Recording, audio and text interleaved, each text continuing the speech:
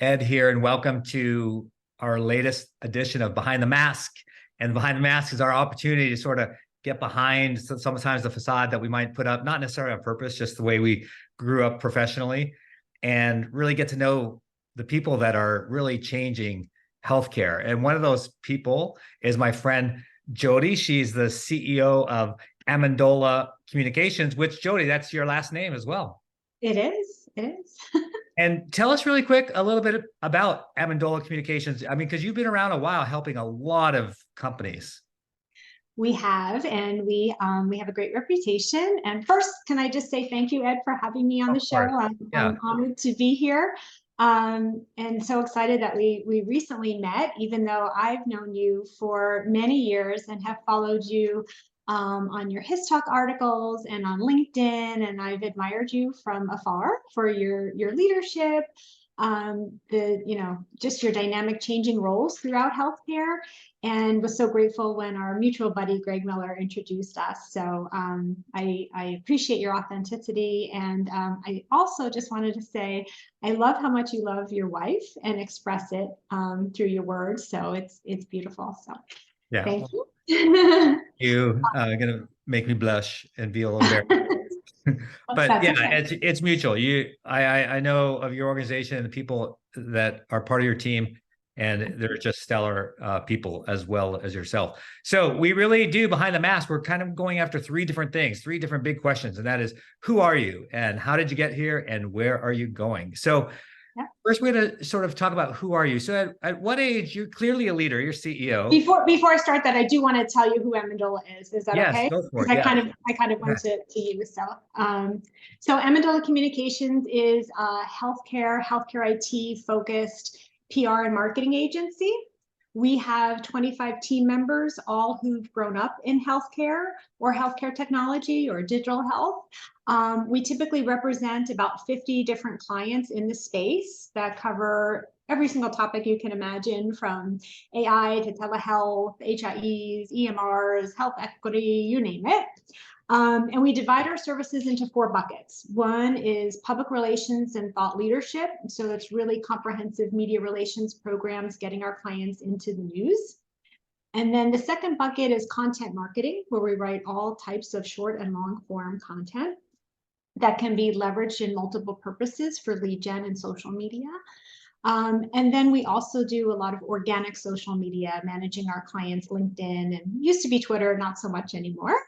And then our final bucket is branding, messaging, marketing communications, which we typically do on a project basis because those are one-offs, whereas the other 3 buckets fall into a very intimate relationship. And as you mentioned before, we've represented lots of big industry execs and companies, and are very proud of our successful roles and relationships with multiple organizations. Yeah, it's like Usually we help to drive clients through a strategic acquisition, a pivotal growth period, sometimes an IPO, not so much in this market, but that's, yeah. And we're really proud of the fact that we have so many repeat clients. That's kind of how I've built the business, is based on referrals from industry veterans like yourself, the media, industry analysts, influencers, but also just a lot of people who we have represented at one company, moved to another company, another company, another company. So we're very lucky in that regard. Yeah, I definitely highly recommend you and your team to anyone that I work with, for sure. Well, So I appreciate yeah, that. Thank you. that's so Thank awesome. And especially after everyone hears this and finds out about Jodi herself. So what age, you're clearly a leader, as I was saying, you're a CEO, a longtime CEO. At what age did you know you were a leader? Was there like this moment that happened? Yeah, that's an interesting question. So I think I was born a leader. It was kind of in my blood. I grew up with parents that were both entrepreneurs, way ahead of, my mom was way ahead of her time, I would say. And I think I've always been a go-getter. When I was 18, I took a commission-only sales job selling Cutco knives. Funny to even say that, Yeah. but I broke all kinds of sales records. And, then at age 20, I started my own business. When I was in college, I started a summer storage company for Boston University students who needed a place to store their belongings during the summertime, and signed up like 500 clients, made a lot of money in a very short time. And I was like, I could do this. And then I'll tell you more later, but my first job out of college was at a PR agency, and started their business development category, and then quickly grew. Yeah, no, that's really cool. Was there something that your parents made you do that you didn't want to do at the time, but looking back in hindsight, you're glad they sort of forced it on you? Yeah, so during the summer, we used to go to the Catskills for our vacations, and my mom and dad wanted to play golf, and so they needed a place to push me off to, so they'd send me for tennis lessons. But I have to say, I'm super grateful for that. It, forced me to open up my mind to the sport, which became a passion for me, but also taught me about strategy, about teamwork, some of the things that I use as a leader today. I ended up playing varsity tennis in high school, and have met some amazing people and formed some great relationships through the sport. And it's one of the key things that I bonded with very early on with my husband. About several years ago, I switched to pickleball. It's just better on your body. Well, that's debatable, but that's my new passion. That's my jam. But tennis gave me the foundation for it. So I am super thankful to my parents for that. Yeah, that's cool. Did you ever play mixed doubles with your husband, or would that like? Oh, yeah. Oh, you did. Okay. We do. We actually play tennis very well together. I think in pickleball, it's more we're more likely to kill each other. But but Yeah, we have a pact now that we can only say nice things to each other, only complimentary things, and that seems to be working. I like that. That's a good rule to have, especially when you're doing something just for fun. Yes. What was Yes. the single biggest reason you chose healthcare? You shared sort of your career trajectory, but was there something that happened that made you choose healthcare? So healthcare kind of chose me. My first job, my first full-time job out of college was at a health tech and healthcare focused PR agency. And the first client that I got was a company called NEIC. It was the electronic switch between payers and providers. EDI is what they called it back in the day. And that set my career path. And I remember being so jealous of my colleague who got on the Hackensack University Medical Center account, and she got to plan parties basically. And I was like, oh my gosh, she's doing this and I'm doing healthcare technology. But I'm super grateful because that's been our niche, and that's been my niche, and that's where people know me. In fact, when we started Amendola, I wanted something different, and so I started out in real estate. But within a month, all of my healthcare folks followed me, and so that's kind of where I landed, and where my passion is and where I love. All right. Well, we're glad you did. What is one thing you can share that your coworkers don't know about you? That I can share. I love that because there's probably some things that I can't. Um, so one of the things that I'm a pretty transparent person, by the way, but my mom was 45 when she had me. My dad was 53. Oh, They actually had 4 kids, each in a different decade. My mom fell down a flight of steps when she was pregnant with me in her 7th month. And so I was a preemie and I only weighed 2.5 pounds. I know, hard to believe, but here I am.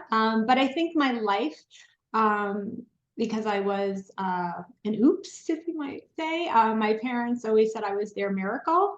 And because I was born at a later stage in their lives, I had a great life, and we were very, very close, and I spent a lot of time with them because they were the age of what most of my parents' grandparents were. right. In fact, my sister had a 5-year-old daughter before I was born. So you were So a very young aunt. I was a very young aunt. Yes. What about a defining moment? You've already laid out your whole story, and somewhere in there, was there a defining moment that There was. changed who you are? Yeah, go for it. There was. Yeah. When I was 13 years into the agency that I worked for and had really worked my way up, I had moved to the West Coast and opened up a West Coast office for them and did really well. And then 9/11 hit, and their business really went down on the East Coast. And they wanted me to close the office on the West Coast, fire the staff that I had, really, make it so it really wasn't what I wanted anymore. And that was my aha moment to move on.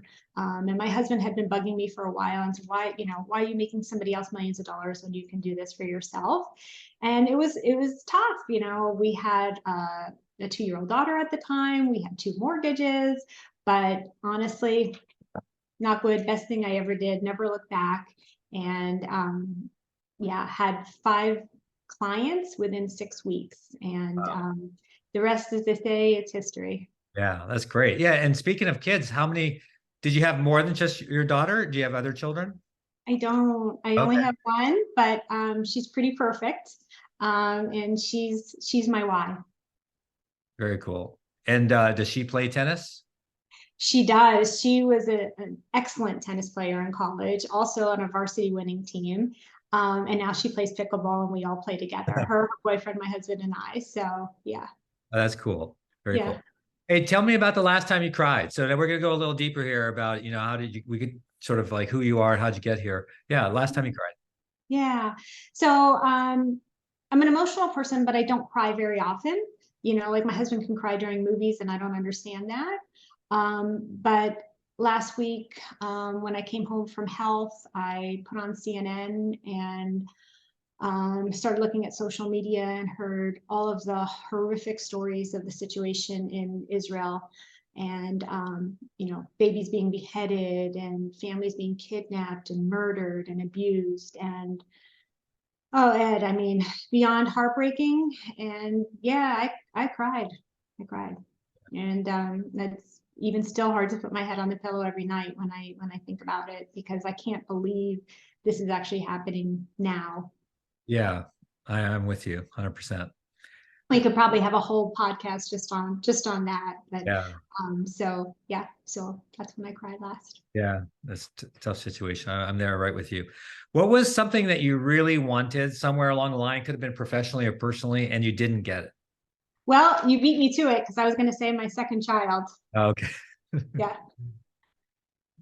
But I'm sure there were, some clients that I didn't get, or some other stories I Yeah. can tell you. But that was my biggest Yeah. didn't get. Yeah. Yeah. Tell us about a time someone tried to hold you back, and how did you respond to that? So when the year that we were getting married, it was 29 years ago, we took a trip to Scottsdale, Arizona, and fell in love with it. The sunshine, the beauty. And we were on our way to see some model homes, and we were on our way to see a hotel and saw a sign for model homes. And I'm like, oh gosh, we have to stop in there. So we did, and fell in love with what you could get in Arizona versus where we lived in New Jersey. The taxes were less. You could live in a guard gated community with tennis courts, with a swimming pool, with everything you can imagine. And I took my checkbook out and wrote a deposit to have a house built.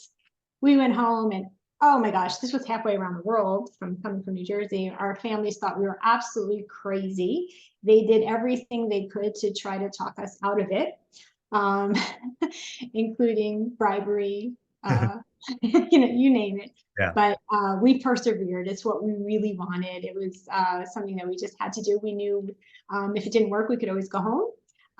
But of course, we fell in love with Arizona, and it's where we raised our daughter. Oh, cool. All right. Yeah, I didn't know that. That's very cool. Yeah. Tell me about your biggest mistake. And again, it can be personal or professional, but what's something that you just didn't hit the mark on that you expected to? Yeah, I mean, in terms of business, of course, we've all made some errors. I could probably name, and hires I shouldn't have, and things like that. But the biggest mistake I would say, and this is kind of another heartbreaking story, both my mother and mother-in-law lived in an assisted living facility during COVID. And my husband and I talked about moving them out. I would have liked to have moved them into our home. I'm a caregiver, and he didn't want to have 2 people plus help coming in and out of the day, and so I had to respect that. But watching their demise, that social isolation, the blank stares, the enhanced dementia, it was horrible. And in the end, my mom died of COVID in her assisted living facility. It went undiagnosed, even though I knew she had it. It was before the vaccine was even available in November of 2020. And we quickly moved my mother-in-law out, hoping she would escape it, into a very small facility that didn't have any COVID. And 6 weeks later, she got COVID and died. So in a matter of 6 weeks, we lost both of our moms, and my daughter lost both her grandmas. So, you know, I try not to live with regrets. Everything is a learning experience, and everything builds upon each other. And I think, you know, overall, I've made some really good decisions, and I've gone with my gut, and it's been good. But that was, you know, who knows? I mean, they were both older, and in one sense, COVID took them quickly. Yeah. Yeah. Well, I'm sorry about those losses. That's really tough. Yeah. Um, yeah. So it's sort of hard to move on after that, right? Sorry. Sorry, Ed. But We'll no, end on a positive note. no, it's all good. That's why it's behind the mask. It's real life, and we all Yeah. deal with things like that. You know, my wife Simran, her uh, her mother was sick, and she maybe could have gotten out. There's a big storm. Decided to wait, and her mom died before she could get there. You know, we all have Yeah. those are tough situations. So, Yeah. anyways, I'm sorry for your loss. Like that's rough. Tell us about the last time you received a thank you card, like a written one, or that you may have sent one. Yeah. So I recently had I made an offer to somebody who also had another job offer on the table. She took the other job offer, and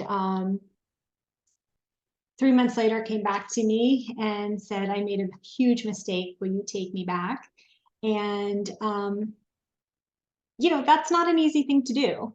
And so I went with my gut and hired her back. And she wrote me, you know, a few weeks into the job, how happy she was. And she wrote me a personal note that she mailed to my home.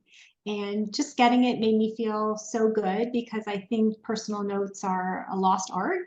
And it's something that I grew up doing and knowing was important, and something that I still do today. But I don't think this generation does so much, because we have technology, right? Everybody texts or emails each other versus sending a note. Yeah, yeah, that's really cool, and I agree with you as well. And kind of why I asked that sort of question. Is Yeah. there something you quit doing that you later regret quitting? You know, not really. I'm not really a quitter. I was exposed to a lot of things. I've tried a lot of things. I guess the thing that comes to mind is the piano. I played it. I took lessons. I hated it. I wasn't great at it, and I would have had to put a lot more time practicing. And I remember telling my mom, you know, you're wasting your money because I'm never going to be good. And she'd say, do it. You'll thank me later when you could walk into somebody's house and play the piano. And it's true. I would have loved that, but you know, never got there.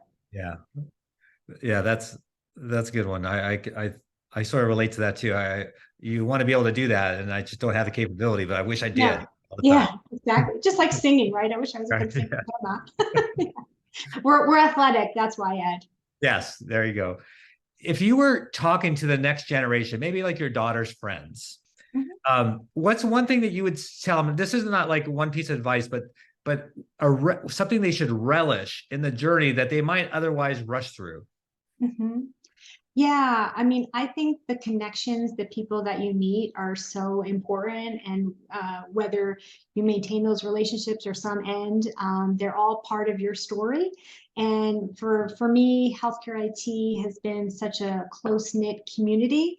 Like just last week, it was so fun attending health, and it's like a reunion where you see, you know, I've been in this industry for 33 years, so I know so many people. And the same thing with HIMSS or any of the big trade shows. It's, you know, the relationships you establish with your colleagues, with, for me, my clients, my team, And so first and foremost, I think I'm a networker, as I mentioned earlier, and it served me very well. So, and that's why we have, like I said, so many repeat clients. So I always encourage people to make connections and go out of your way to help people as well. Yeah. Well, Jodi, in terms of where you're going, what's next? And professionally, and I'm going to ask you sort of the same question on the personal side, but professionally, Yeah. you've got this great organization impacting, helping so many different people and companies. What's next for you? Yeah. So I know people ask me that, and I love what I do. I'm crazy. I work, a lot of hours, and I love my team. I love my clients. And PR has evolved so much, and so we've always, kind of been dynamic and changing how we do business. And I'm always also trying to advance in my career. So, like this year, I judged for the Digital Health Awards. Later this month, it'll be announced that I'm joining this influential industry research organization as an advisory board member. And like I said, this year marks our 20th anniversary. So I think there's still more work to do. Healthcare is evolving, and so I'm kind of here to stay for now, but I would like a better balance. So if you're asking me on the personal side, what I would like, I'd like to go to Italy a lot more. I'd like to travel a lot more, and more pickleball, more yoga, more bike riding, hikes, works out, those kinds of things. Yeah, that's awesome. So is that your favorite place when you travel? Is it Italy or is there some other countries? Italy. Italy is definitely my favorite, but I love Europe. I mean, been to a lot of places there, and yeah. And so what's your favorite city in Italy? So I've always loved the Amalfi Coast. That's always been my favorite until this summer when we went to Sicily and went to Taormina. Pretty special place. Yeah, very cool. Yeah. Well, Jodi, you're a very special person. I felt this connectedness to you after we met, and again, first through some of the people that are on your team, and then directly with you, and even in our short time as friends, you've helped me. And I remember I called you one time, and I was like, "Oh, this happened to me," and you were like, "Oh yeah, that's you were very helpful, like in how to overcome it or just like empathize with me." So Oh, I appreciate who you are. Thank you so much for what you do in the industry. And thank you thank for you. a guest on Behind the Mask. Well, right back at you, Ed. Thank you so much for having me. I appreciate it and so appreciate our friendship. All right. Well, that wraps up another edition of Behind the Mask. Thanks for watching.